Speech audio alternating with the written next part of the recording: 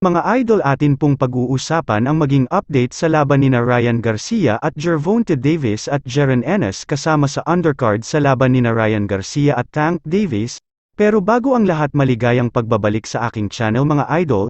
Tara, pag-uusapan na natin ang pinakahihintay na noon title fight sa pagitan ng lightweight champion na si Gervonta Davis at dating contender na si Ryan Garcia ay mangyayari na sa ika-22 ng Abril.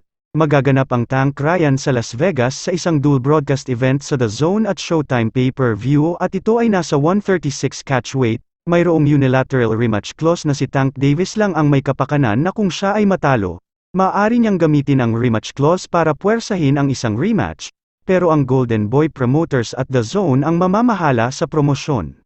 Nakukuha ni Tank Davis ang halos lahat ng pera sa kitaan para sa unang laban. Ngunit umaasa si Ryan Garcia na makakuha ng panalo at mas magandang deal sa rematch. Kung matalo si Garcia, magagamit niya man lang ang kanyang katanyagan para makakuha ng iba pang malalaking laban, potensyal na endorsement deal, at mas maraming subscriber sa kanyang Instagram account. Ang lokasyon at mga gastos sa pay-per-view ay ipapakita sa ibang pagkakataon. Ngunit ang mga tiket ay mabibili ng mabilis maliban kung ilalagay nila ito sa 61,000 seat Allegiant Stadium sa Las Vegas, na magiging isang magandang ideya.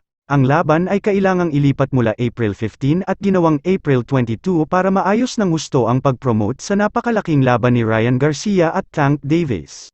At sa pangalawang istorya ay ating pag-uusapan ang maging kalaban ni Jaron Ennis.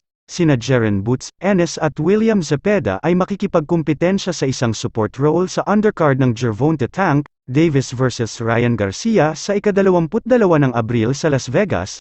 Iniulat ni Salvador Rodriguez ng ESPN Knockout ang balita ng walang talo na welterweight contender na si Boots Ennis na may 30th wins 0 losses, and 27 wins by knockout at lightweight contender na si William Zepeda na may 27th wins 0 losses and 23 wins by knockout sa magkahiwalay na laban sa Davis-Garcia card.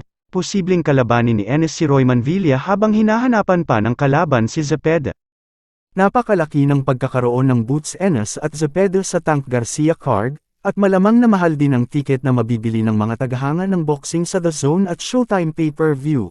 At ang dalawang undefeated fighters ay sanay sa bugbugan at may maayos na record at kaya ring ham-attack ng mga boxing fans dahil na rin sa kalidad ng kanilang performance sa mga nagdaang laban at pwede din na maging kampiyon sa mga susunod na mga laban. Kaya asahan na natin na magandang laban nito mga idol at tiyak na maraming mga boxing fans ang nasasabik ng manood sa naturang laban dahil na rin sa mga bigating fighters na maglalaban mula undercard at main event na sina Tank Davis at Ryan Garcia.